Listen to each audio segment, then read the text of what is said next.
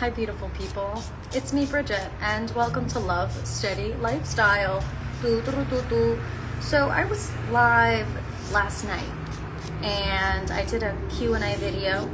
I saved the replay for subscribers here. There's one thing that I was asked about and then several people reiterated that it was something that they were curious about also, and it's polygamy. And that's not particularly something that I would usually speak on, but then once I got to talking about it, I felt like maybe I don't want to hide this video behind a paywall.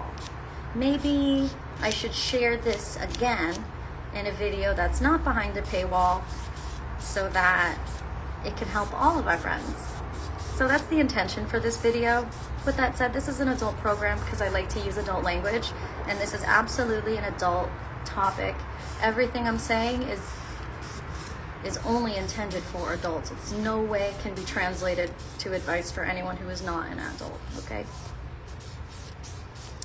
Let me just finish buffing my nails and then I'll give you my full attention, okay? Listen, we double task over here. Actually, no, it's fine. I can get into it. So here's the thing. I feel that in life, we learn as we age, as we grow, and as we mature. We learn through learning by example. The examples that we have from our mentors and our elders communicate to us what is possible for us in the different forms of expression that are available to us as we age and as we grow. Now, as we age and as we grow, generations are more and more being raised by the media and less by their community or family. Generations are learning what their options are for how they can be, not through healthy elders or their caregivers being healthy, but instead through examples and mentorship on the media, on the internet. And what I have found is most readily available on the media, on the internet, is sex. It's all about intercourse. It's all about intercourse. Everything is so sexualized. So that's important to keep in mind, that we have a generation of adults who grew up not learning what intimacy looks like from their caregivers, and also learning that intimacy is just sex. That's what the internet and that is what movies and media shows them, that intimacy is sex. And then we start to see from that space a strange labeling occur and how people are turned on that I find to be immensely disturbing. I'm disturbed by how many mental health pages share this disturbing concept as well. The disturbing concept is this idea that if someone isn't immediately turned on to have, then they need to be warmed up. To me, that's grooming. If you are engaging in proper intimacy before things get sexual, there are infinite forms of non-sexual intimacy that create the dynamic connection between two consenting romantic adults, that create an extreme attraction that maybe leads to both parties being extremely turned on and wanting to share in the act of consensual sexual intercourse. However, it's happening much too prematurely, in my opinion.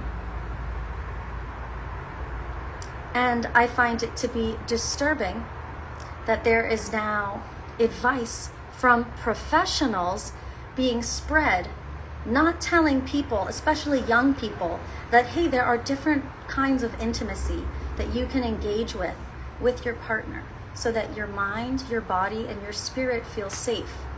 And through continued practicing of that safe and healthy and wholesome dynamic, if one day you both so choose to consensually engage in sex, there will be no needing to groom either of you to be turned on. You're not going to have to groom each other to want it. Okay? I repeat, I do not agree with the popular mental health advice that's going around saying, oh, if your partner is super turned on and wants to bang and you don't, then the partner should be engaging in foreplay with you, sexual foreplay. That is so disturbing to me. It's normalizing non-consensual sex. It's telling people who are not ready to have sex that they should do foreplay. It's telling people who are not turned on, who haven't received proper intimacy in that dynamic, so they're not comfortable having sex. It's trying to normalize for them that they can get groomed into having sex, even though it's obvious that they don't want to. It gaslights and guilts people who aren't ready to have sex into thinking there's something wrong with them if their partner wants to have sex and they're not ready for it. It gaslights people into thinking there's something wrong with them for not being ready to have sex, that there's something wrong with them for not being turned on. It creates a reality where a person can't just say, I'm not ready for that.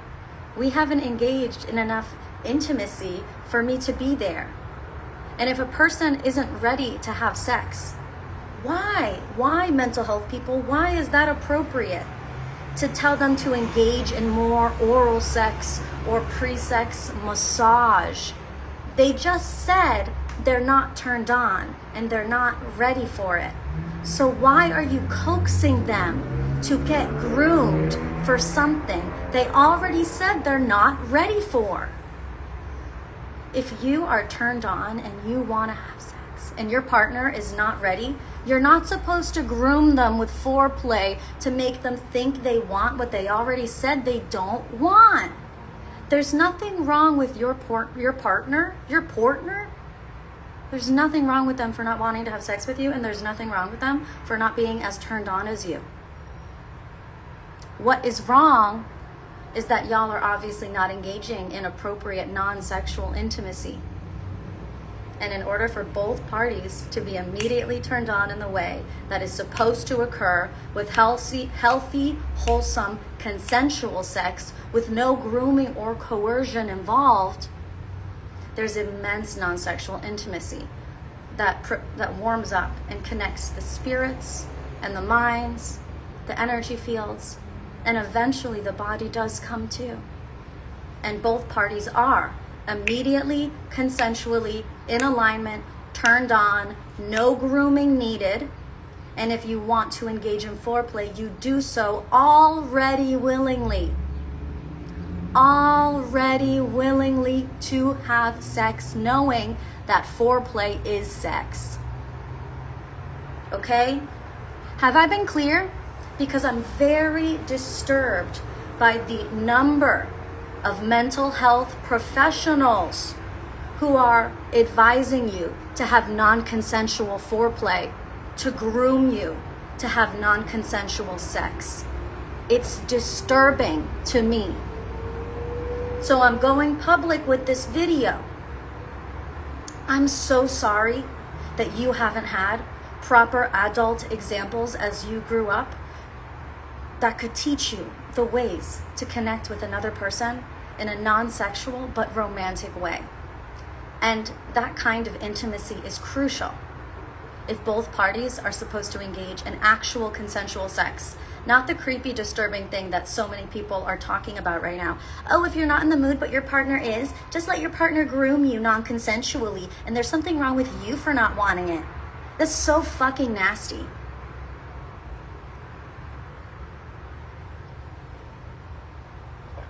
Thank you for the love donation.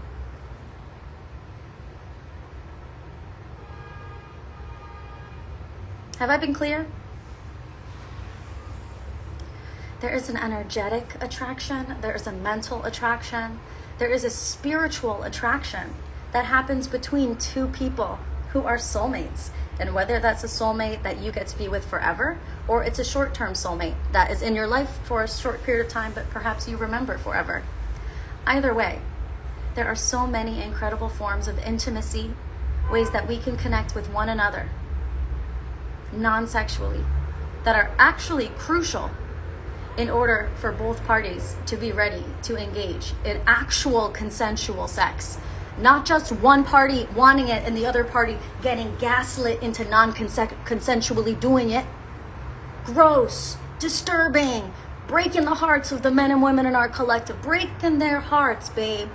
People pressuring their partners into sex is really, really sad.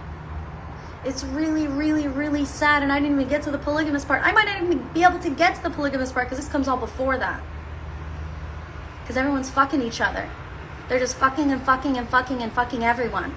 But there's no closeness. There's no actual love. The only time our young people are even feeling that close connection is when they're intercoursing, and that's really gross.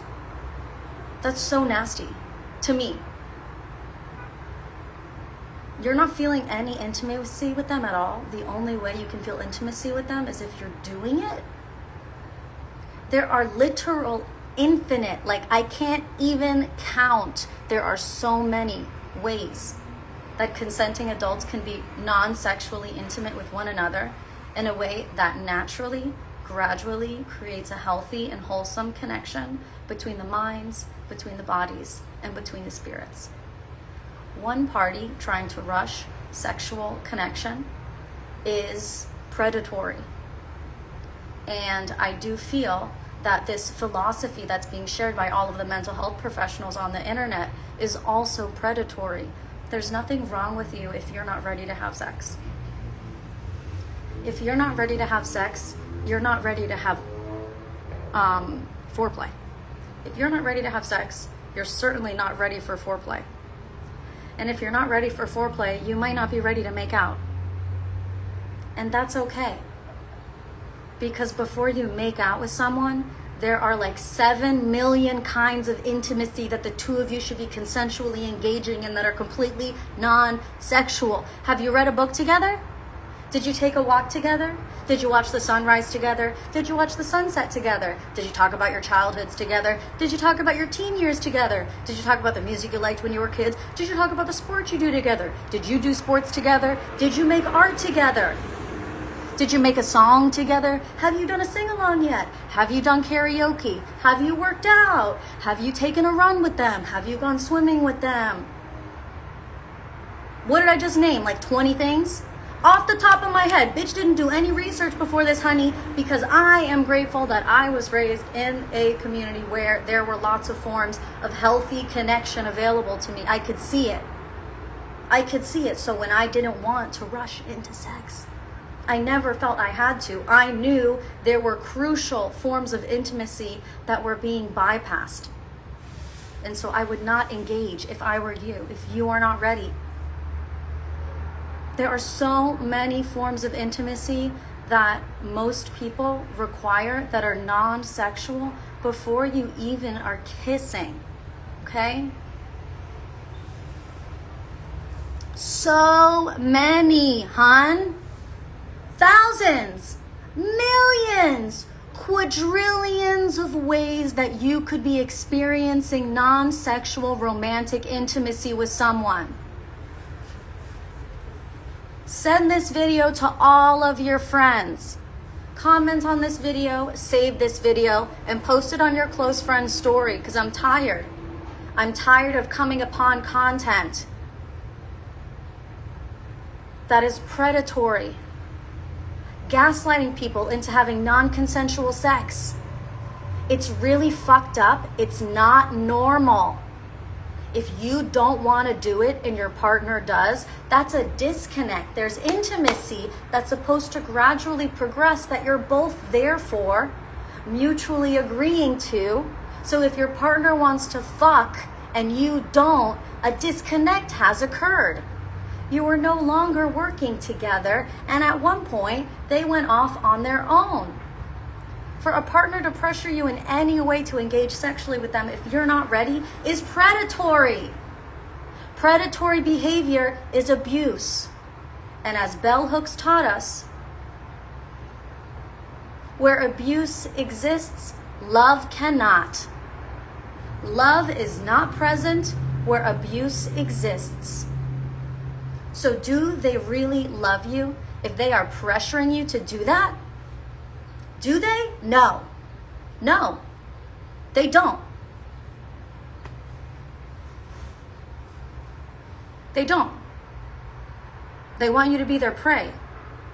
They want you to be their victim. It's rapey. It's creepy. I don't like it for you. It breaks my heart. So I share this message passionately because I care about you, and some of you, I don't even know you. And still I care. So take this message with care, and I hope it can help you on this gorgeous day. So let's go ahead and take the message a little bit further now. Okay, my darlings? Take a deep breath.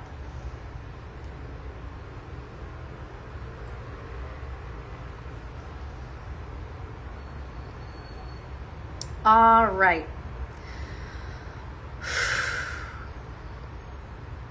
Now that I have very thoroughly explained how our collective is attempting to normalize non-consensual sex and coercing partners into having non-consensual sex with you, now that I have explained that, I want to take you even further back to the context I was giving about how I feel the way that our current generations are being raised is they don't have enough examples of non-sexual intimacy.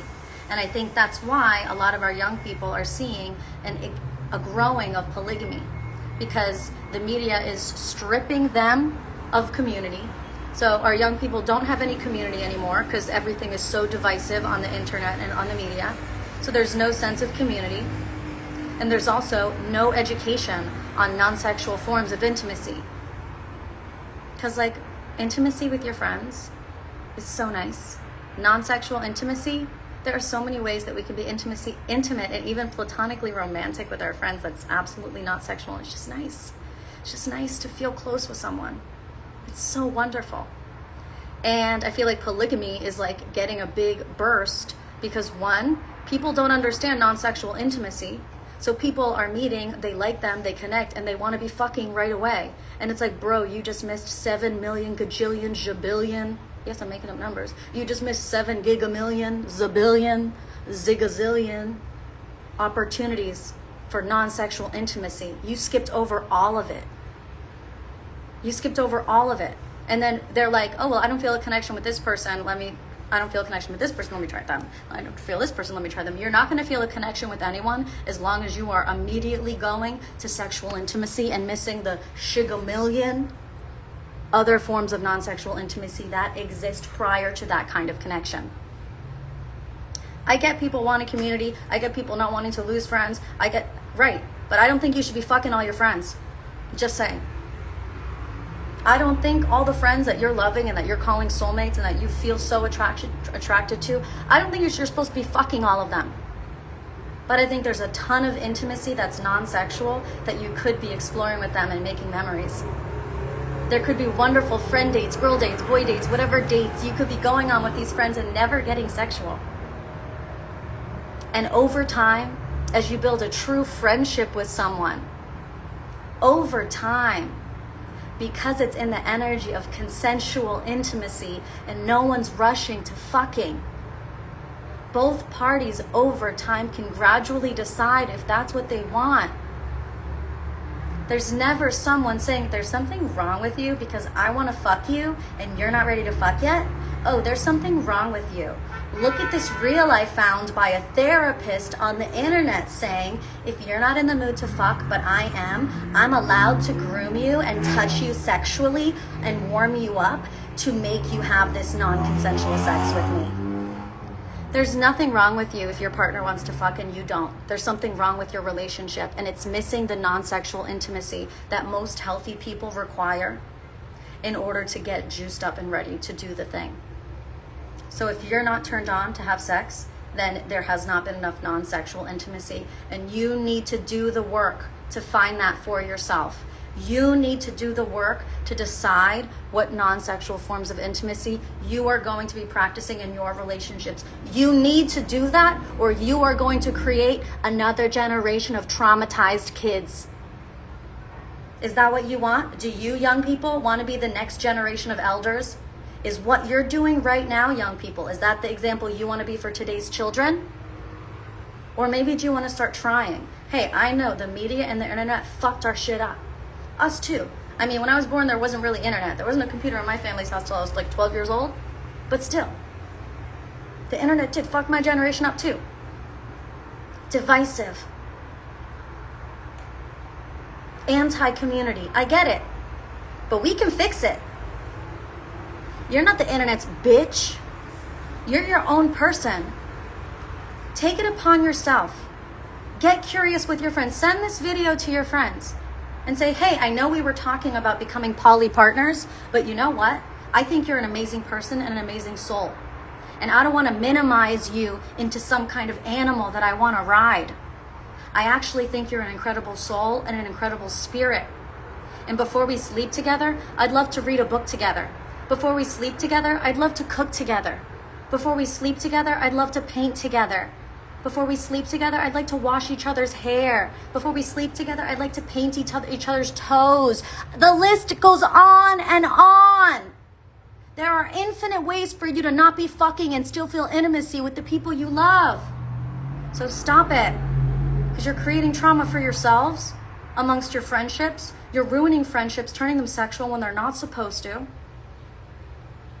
And you're also being a really bad example for the kids that are being born today. So get your act together. I say this with love because I care about you. Thank you for the confirmation in the comments. If you would like to support my work, there are so many ways. You can subscribe? No, that's not the right word. You can subscribe here on Instagram at Love Steady Life to access all of my live replays. You could also create membership on lovesteadylife.com to access so many membership perks, including my 10-day ahead report live broadcast on Zoom, that is of course saved in my library, and my month ahead reports that are streamed the first Thursday of every month. If you're not a paying website member, you can still drop into my live broadcasts. Just click the link in my bio, check my website, and drop in whenever you see something on the schedule. Like I said, there are so many offerings I have available to you, so do take a look at my website when you can. And I'm gonna get going. Have a great day. Share this fucking video so y'all can stop traumatizing each other and breaking each other's hearts. Please. The world is a beautiful place, and you can start engaging with a more beautiful world by being more beautiful to yourself, by being more loving to yourself, by being more caring to yourself, by not gaslighting yourself, by not hurting yourself. Okay. Love you. Bye.